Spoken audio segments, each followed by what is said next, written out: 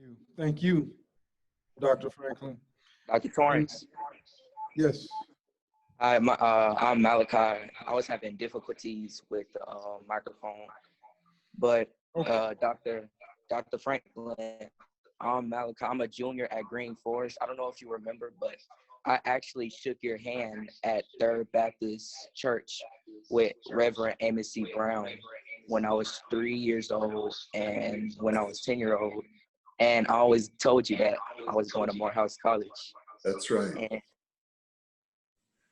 and I'm still going. All right. All right. Oh, that is awesome. Thank you for sharing that, Malachi, and for that great memory. I remember you were a little guy. Wow, look at you now. So thank you very much for sharing that.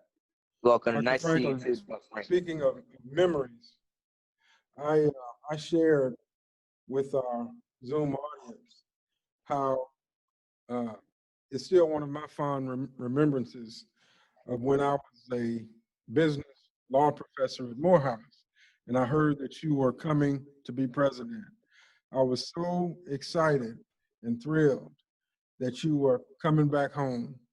And I must say that, and I think I've told you this before, you're a person that I have so much respect and admiration for. You know, people in the world, in the community, they talk about Morehouse, the Morehouse brand, and they talk about Morehouse men as being something special.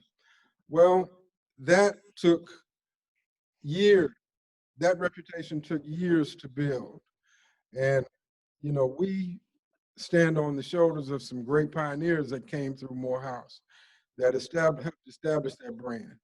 But people in the community look at Morehouse men as special, but Morehouse men look at you as special. You are a Morehouse man's Morehouse man. And so I just want to tell you that. And I also share with our audience that you are in the midst of a highly contested runoff for Senate seat. And unabashedly, unashamedly, said, cast your vote, you parents or anyone listening, for Dr. Robert Franklin. He is one of us. Thank you, brother. We are in such dire need of real leaders who Yes. aren't seeking fame, money, or status, but seeking to change the plight of our communities. Yeah. And so I'm thrilled and was thrilled to learn that Dr. Franklin was running. And so we have to vote like never before. Yes. So anybody out there in the audience who was unsure about who Dr. Franklin is, now you see him, and I'm happy to endorse him in his campaign. Thank you, Dr. Torrance. That as well. Now, if there are any students who have a question for Dr. Franklin, you can ask now, or any mentors or anyone who has a question for Dr. Franklin. You can ask now or put it in the chat box. I have a question, sir. Go ahead. First, I'd like to say, how you doing, Dr. Franklin? My name is Hunter Goins. Yes, Hunter. Yes, sir. Hello. It's nice to meet you, sir. You've done a lot of great things. You have a lot of accomplishments. But the question I wanted to ask you is, what still makes you strive and what makes you excel after you've done all these great things? What motivates you? Yeah, great question. What motivates? One of the great educators, Dr. Horace Mann Bond, once said, "You don't have a right to die until you've done something to improve humanity." And so that motivates me to do more. I haven't done enough. And I want to use every single day of my life to serve, to empower others. Again, I apologize for being late to this important program. I've been looking forward to it, but I appreciate Dr. Torrance acknowledging I'm in the midst of a very busy set of activities and campaign. I was on another Zoom call was going out nationally. And but all the while wrapping up, I was thinking, I got to get to Eastlake Male Youth Initiative. I want to be with those brothers, with their parents, with their teachers and their friends, and all of the others who are viewing. I don't know who all is there, but a couple of you signed in. A dear colleague from Emory University and the medical school faculty, and from other schools, Georgia State and Tech and Atlanta University. I'm so proud of all you all do. Beulah Heights University, just extraordinary institutions and leaders are on this call. Right. So Hunter, they also motivate me, because I want to do things that are excellent, that can inspire others. But I'm also a student every day, learning from some of the people who have been teaching you all, who are on this call right now. I'm their student also, even as I teach, as I have been the president of 2 institutions. So it's have a hunger to grow, to know more, to learn more, to see everything. I've been privileged, Hunter, to walk on all 7 continents, for instance. That was my goal before I reached a certain birthday. I won't tell you what the number was. And, you know, people say, well, Dr. Franklin, how old are you? Well, you know, don't worry about it. I'm as classy, bougie, and ratchet as any of the young folk here. But what I want to say is that you always have a dream of where you have to go, what you want to do next. And that's what I'm always working on. Thank you, Hunter. Good luck to you. Thank you, sir. Anyone else? So I have a question, just like kind of like a quick question. I'm not trying to be like rude or anything. So like, how long is this meeting?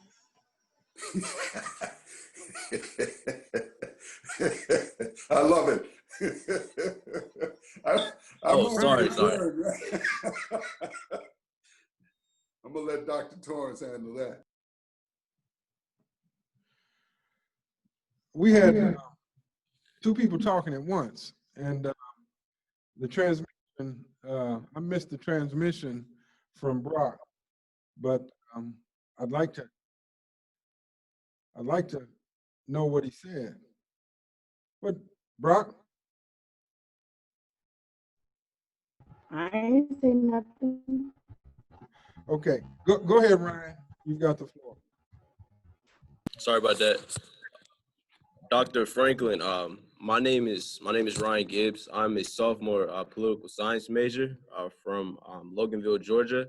And I just want to say it's a pleasure meeting you. And, you know, every day when I was on campus, I would walk to class, and you know how they have the 5 wells on the, like some of the buildings. So that serves as like a motivation to me to just keep going. But my question is, if you're still in search for the well balance, what is an easy way to keep the motivation to keep finding that part of the 5 well? Wow, that's a brilliant question, and I thank you and I commend you on your progress to date, Ryan. Keep up the good work. You make us proud at Morehouse. I would say that having good friends to hold you accountable helps you to become your very best person. So, you know, I won't bore you with, or bore Brock or whoever, with this long lecture about how important good friendships are. But there's one of the wisest people who ever lived. You know, you've heard the name Aristotle. Well, Aristotle wrote a book about, it was titled Ethics, the Good Life, how to live a good life. And it's interesting, in a book on ethics, Aristotle included 2 chapters on friendship. And I used to ask, why would you're writing a book about how to live a good life, do what's right, do what's good, pursue what's true and beautiful. And you have 2 chapters on friendship. But part of it, Aristotle was saying, one of the keys to helping you move across the threshold to be a better version of yourself. Remember that phrase. Become a better version of yourself.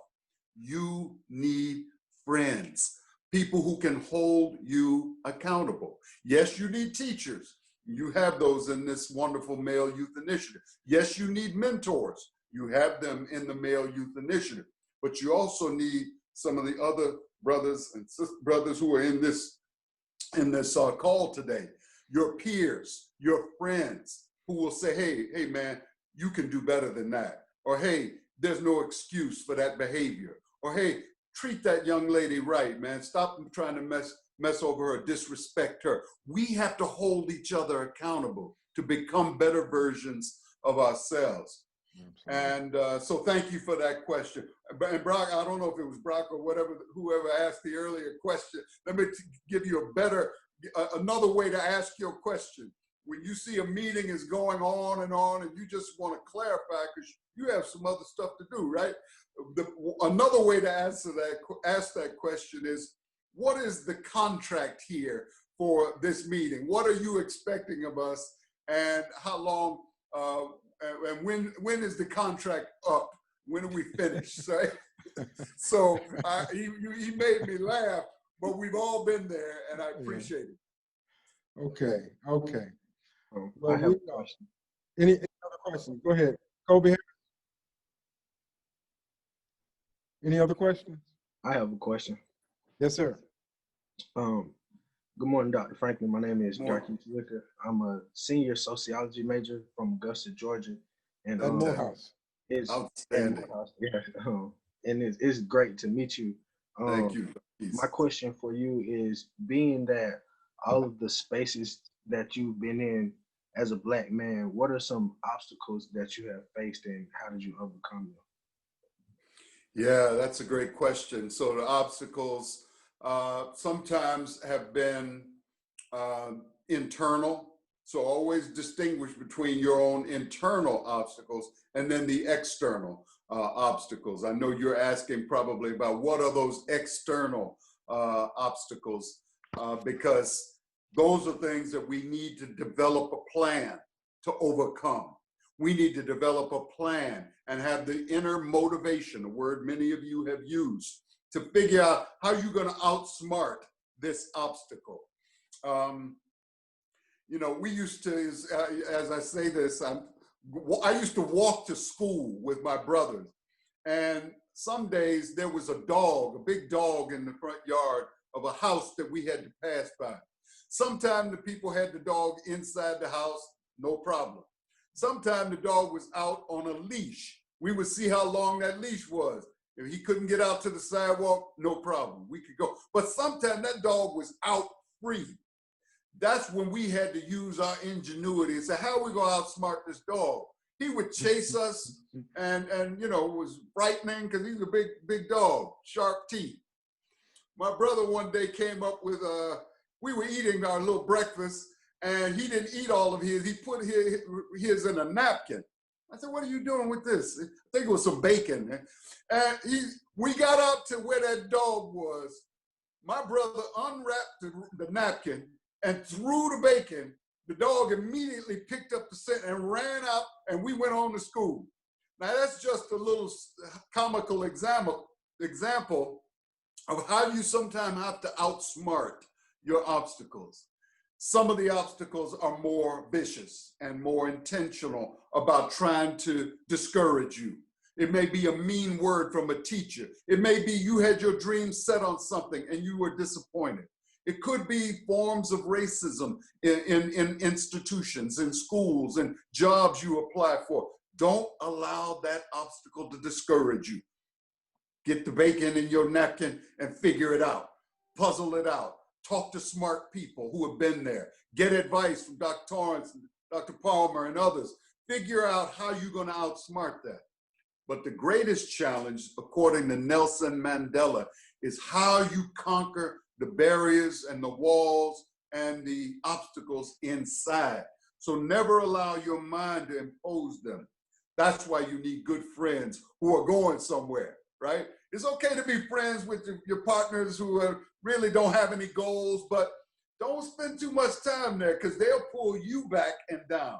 They really are hoping you will make it, right? They want you to make it to Morehouse or wherever school you go to. They want you to have a job or they want you to make it to the NBA. right? Because then you can help them.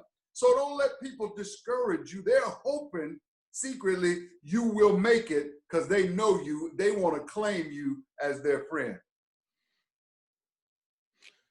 Very nice. Very nice. Thank you. Thank you. I have a question, Dr. Franklin. I've often tell the story of growing up in Nashville. My father was president of Tennessee State, so I grew up on a college campus. I often tell the story of how my father used to, when anybody of influence or of reputation, of excellence would come by the school, he would make it a point to have them come by to introduce me to them. And one of those most inspirational meetings was I was at home one day upstairs in my room. My dad said, "Come on down, Ken, Chief, I got somebody I want you to meet." I came down and I saw this man. He was tall, good looking, immaculately dressed, shoes shined. I could so polished I could see myself in them. And when he held out his hand and spoke, he was so articulate that I was immediately mesmerized and so impressed with this man.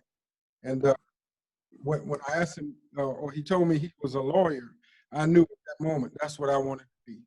So much of what we become depends on what we are exposed to. What we try to do in this program is bring professionals, bring men of excellence like yourself in front of our young men so they can see themselves in the success and excellence of others.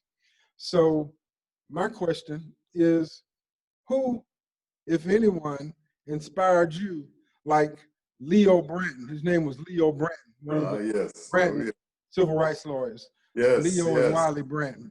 So I got a chance to meet both of them at a very early age. And so I knew I wanted to be a lawyer and went on to, when I left Morris, I became a lawyer, practiced for 20 years. So who inspired you like that, Dr. Franklin? Dr. Torrance, thank you so much for sharing that. What a powerful story, and what a privilege you had lived growing up in a college president's household, and all of the exposure that you had. And one of the things I admire about you, you know, people may look at it, they may not realize that how committed you are to these young men in this program. I see you sometime when we're out, you talk about them. And I want the young people to know this brother is a real leader, because he talks about you when he's not in your presence, about how proud he is, about how you all are working hard and growing and learning. So you ought to appreciate this leader and this entire staff that you have. To answer your question, I would say that back during the, when I was coming of age, when I was a teenager, like some of the brothers, you know, all of them on this screen and in this Zoom meeting today, when I was your age, I had my eye on Martin Luther King and Julian Bond. And one of the reasons that I attended Morehouse was I learned that both of them were Morehouse men. And of course, it was a consequential year when I focused on both of them in a unique way. Dr. King was killed. He was shot, assassinated in April 4th, 1968. The whole nation paused. His funeral was on television. 70,000 people showed up in Morehouse campus. Next time you have an opportunity to visit that campus, even if you don't choose to go to or apply to Morehouse, go see the yard, the Morehouse yard. And I want you to imagine what it was like to have a whole football stadium full of people packed into that yard for the final funeral of Martin Luther King. There had been an earlier funeral during the day at downtown Auburn Avenue at his church, Ebenezer Baptist Church. But then they marched, some of you will see on Google it, the funeral after they were in the church where only a few hundred people could attend. They marched down the street, used to be Hunter Avenue, now Martin Luther King Avenue, to Morehouse campus. And that's where the president who had just retired a year earlier, Dr. Benjamin Elijah Mays, was asked to come back and deliver the eulogy, those final words about Dr. King's life. I saw that on national television. I was up in Chicago in high school. The second, so 2 months later, April, May, June. In June, the Democratic Party met in Chicago. You should Google that too, because it was crazy. Because rioting broke out in the streets. The police department in Chicago attacking peaceful protesters. Some of the stuff we see happening now with BLM and that was going on. And one of the people nominated to become the vice president of the United States on the ticket, just like Sister Senator Kamala Harris is the official vice presidential nominee on the Democratic ticket, running with the presidential nominee, Joseph Biden. Well, that was Julian Bond in that place. But Julian Bond's name was put in nomination. Thousands of people gathered inside the big convention hall. We nominate Julian Bond to be the vice president on our ticket of the Democratic convention. He had to get up and give a speech, and guess what he said? I cannot accept your nomination because I am not old enough. I do not meet the constitutional requirement that you be 30 years of age. So Julian Bond could not run because he didn't meet that constitutional age requirement. And so a lot of us learned a lot about the Constitution, about Julian Bond, about this young brother who had been protesting with an organization called SNCC. That's the acronym. So Google that, SNCC, SNCC, Student Nonviolent Coordinating Committee, Student Nonviolent SNCC. And Julian Bond and John Lewis, who recently died, and that's the seat I'm running for in Congress, is to fill John Lewis's seat on December 1st is the runoff. And you Google our website, franklinforcongress2020.com. Maybe somebody can type that in the chat, franklinforcongress2020.com. You'll see what we're doing. You see my platform, what I'm trying to propose. But that's a long way of answering, Dr. Torrance, your question. I saw on national television two leaders, two young black men, one gunned down, murdered for doing good work. The other one denied a place on the vice presidential ticket because he was too young. I was so impressed with them. I said, I want to grow up and be like that. I want to become a better version of myself. Excellent, excellent. Thank you for that powerful story. I believe there's a question in the chat box. Ouch. Dr. Trammell. Go ahead, Dr. Trammell. Sure. Thank you, Dr. Torrance. Dr. Franklin, thank you for sharing your time and these stories. They are wonderful examples, not just for the mentees, but also the mentors as well. Yeah. As I mentioned to you privately in the chat, I am on faculty at Emory, and one of my colleagues, Dr. Marshall Florent, is also on the call as well. Excellent. And my question is more so for the benefit of the mentees, as men of color who have advanced from high school to college to professional school and on into academia. There's a term, imposter syndrome, that can come up. And what this refers to, young men, is really internal obstacles of self-doubt. But we also have to face external obstacles of structural racism and policies that are designed to suppress communities. Dr. Franklin mentioned Horace Mann Bond, who is a legendary educator here in Georgia with the GTNEA.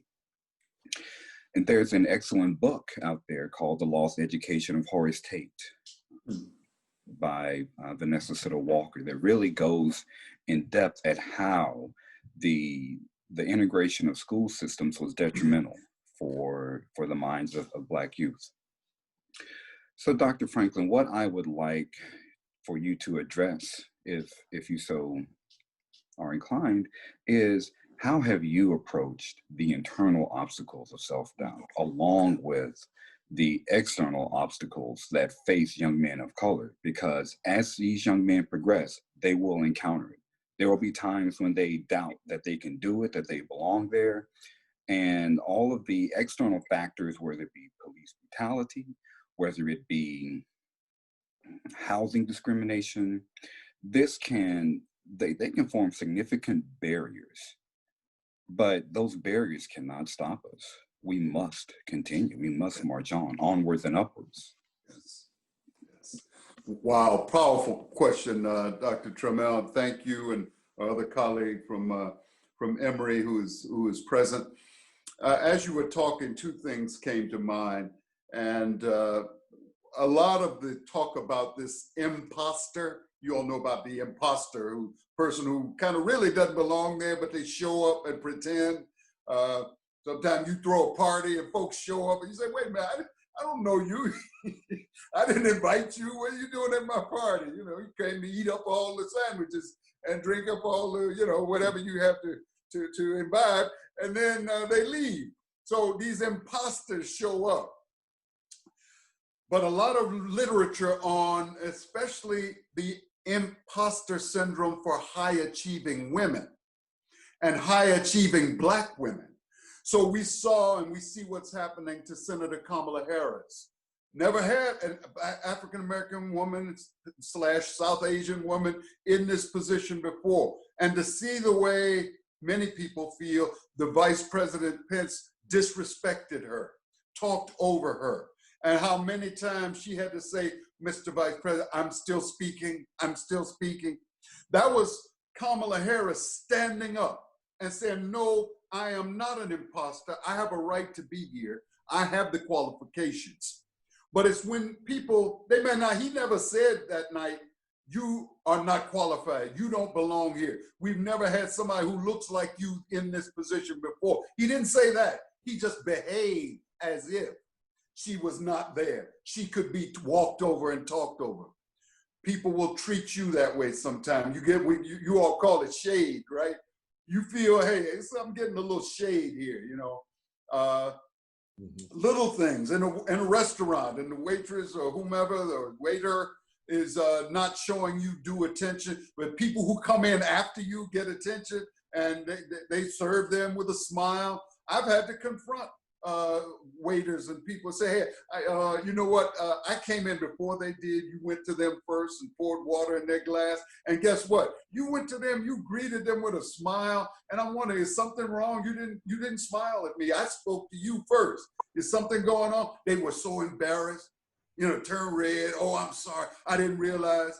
And I realized people bring these implicit, as we'll use a fancy term, implicit biases. They don't even realize sometimes they're doing it. And you have to call it out. Call it out, or otherwise they'll keep doing it to other people. So that imposter syndrome is when you may feel, you know, I don't belong here. I'm not qualified for this. I'm not smart enough for this.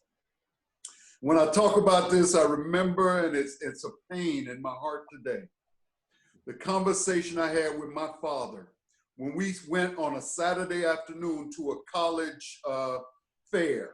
And it was downtown, and you drive down, you know, you go to the gym or the hotel, wherever it was, and like 50 different schools are there. And they all had their tables set up in the big gymnasium or room. And, you know, you can walk by and pick up their brochures.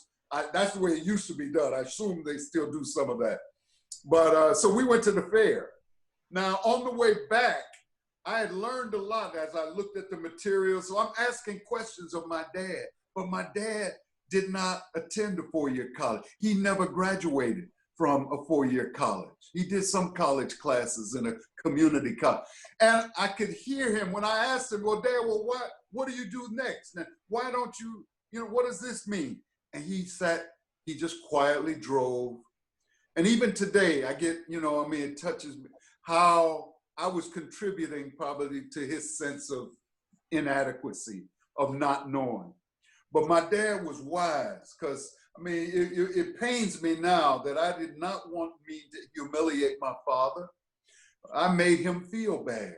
But you know what he did? He said, talk to your cousin so-and-so.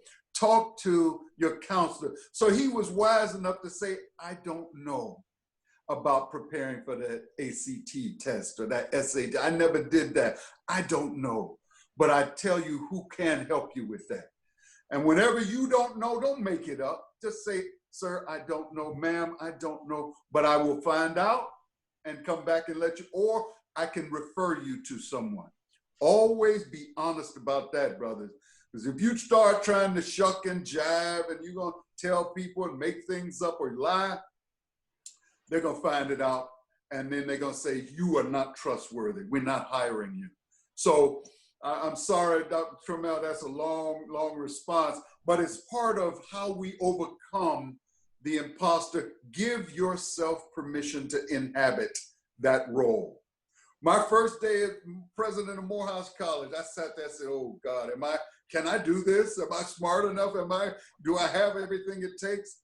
And then I read a book titled The First 90 Days. The First 90 Days, written by a Harvard business business school professor. And I think his name was Michael Watkins. And he says those first 90 days on the job are going to set the tone. And all of you need to remember this. And he says the first thing you have to do when you get to this new job, this new promotion, promote yourself. I said, promote yourself? What do you mean? Promote yourself. In other words, whatever you were doing last year's job, now you're going to do something new. You have to think that way. You have to act that way. Promote yourself. Be there fully for this new role and give yourself permission to be excellent in that role. Thank you, Dr. Franklin. Thank you. Great question. Absolutely. And Dr. Franklin, you certainly did set the tone, set the stage for your tenure in those first 90 days. I remember vividly, you came in like gangbusters. To try to restore what had been lost from the Morehouse brand and to teach the young students what was lacking. And you ruffled some feathers as well, but sometimes that's necessary. That's necessary. And although your tenure was relatively short, you accomplished a great deal, and I'll always be indebted to you. Thank you, bro. So if I don't want to impose too much more on Dr. Franklin's time, if there's another quick question or two. Question, Betty Palmer. Okay, Dr. Palmer. Go right ahead. Good morning, Dr. Franklin. It's always so good to see you and see the zeal you have for people and for life. Thank you. Quick question. If you were going to tell these young men one thing about how to treat young women, what would that be? We know how high you esteem your own wife. So what would that one thing you would tell these young men? I'm going to give a two-part answer to that. First part is remember the golden rule. What did Jesus try to teach?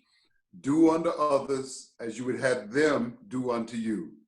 So that means empathize, put yourself in her shoes, right? Do unto her, treat her, speak to her, relate to her as you want her or others to relate to you. That's the simplest and I think best piece of advice. But the other is a word that's a part of that, but that I really would underscore, and that is listen. Listen, be willing to listen and not assume that you know it all. Because in our culture, men are given the privilege, right? For so long, it was written into the law. Women couldn't do certain things, right? This is 2020. This is the 100th anniversary of women receiving the right to vote.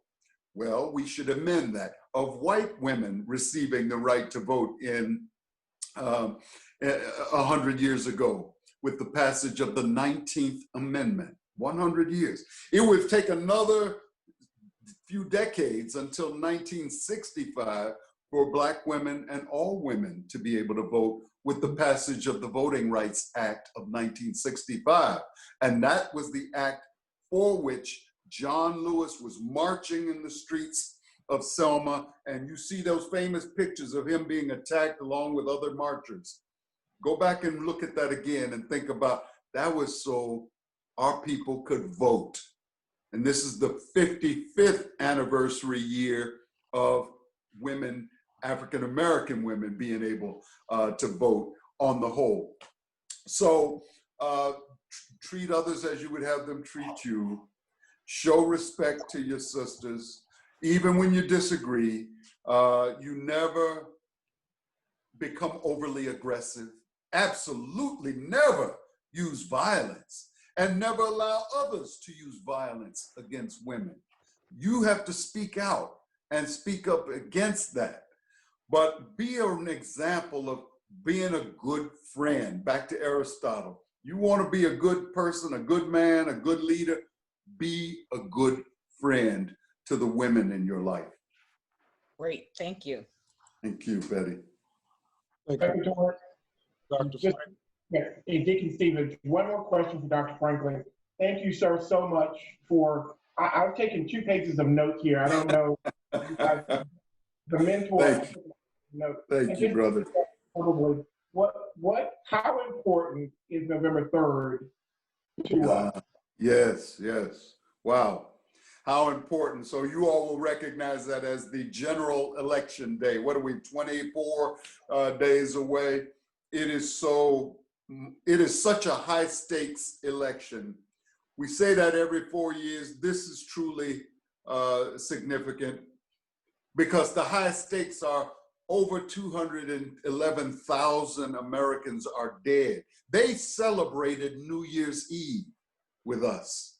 They were here for the Super Bowl in February. And they're all dead now because the government and leaders denied that COVID-19 was a problem. Then they delayed and never mobilized. We should be wearing masks. I see a couple of people on the screen now. God bless you. Thank you. We should wear our masks when we go out among others. We should wash our hands. We should watch our distance. Remember those 3 W's, right? Wear, watch, wash, but also keep ventilation. Wherever room you're in, if you can open a window or get some air circulating, it helps keep people healthy. And then the 5th one, so the ventilation, number 4. The 5th, wash and clean the surfaces that you come into contact with. I mean, now and then, even the doorknobs, everybody puts their hand on them. The telephone, everybody, now and then wipe that off with a little Lysol or cleansing, kill the germ. You never know where a virus is living. And you don't want to get this virus. So that would be just one part, Brother Stevens, of your important question. But it's also, I've been saying, we have a moral obligation. I mean, John Lewis, those people got concussions. They were cracked in the head because they were saying to these mean, racist people, we want to vote. And these folk were saying, no, we don't want you to vote, because if you vote, you're going to get power. You're going to get your share of money. You pay taxes. We all pay tax. We don't get our fair share of the money we put in. That's about having good leadership. And so I would urge you all to make sure, even if you're too young to vote, make sure the people in your life, the adults, start calling them out. Ask, hey, have you voted? Have you, I hope everybody registered, but be sure to vote. And early voting starts this Monday, October 12th. People can start voting for the November 3rd election this Monday. So start talking it up, brothers. Get on your Twitter. Hey, have y'all voted? Get out there and vote. And T.I. is telling us to vote. And Killer Mike is telling us to vote. And Beyonce and Kendrick Lamar, everybody needs to vote.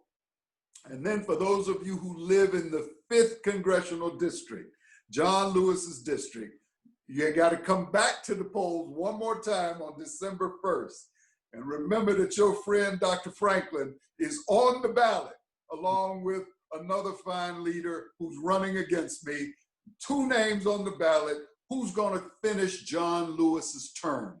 And I would be honored to be your congressman for that for that time, and that's on December 1st. So don't forget that. But let's focus now on the next big election, November 3rd. You all mobilize people to get out and vote. Okay. Very good. Thank you. Thank you, Robert. All right. Thank you, Dr. Franklin, for those most appropriate closing remarks. I want to, again, express our deep gratitude for you spending your valuable time and sharing with us your wisdom, your lessons of life, and the inspirational messages that you've given to all of us. So I want to wish you Godspeed. Thank you, Doc. Best of luck in the campaign. Yes. And I told you this before, if there's anything that I can do, yes, for all of us at EMYI, let me know. And, thank you. Try to get in touch with me. And please let me, I've got a small gift for you. So that's the way to get that to you. Okay, okay. As soon as possible. Yes, sir. We'll work on that. Dr. Torres, can I just urge people, if anything, most of what I said today is in a new book I just published. And I was going to put this in the chat, but it's titled Moral Leadership: Integrity, Courage, Imagination. Moral Leadership. You can find it on Amazon. And one of the things I so admire about Dr. Betty Palmer, who I've known for decades, dynamic, brilliant leader, charismatically, and Dr. Torrance, my Morehouse brother, who has done so much good in our community, is both are moral leaders, as are the other faculty and mentors in this program. So thank you, sir, for this opportunity. Thank you. Thank you. You're too kind. Thank you.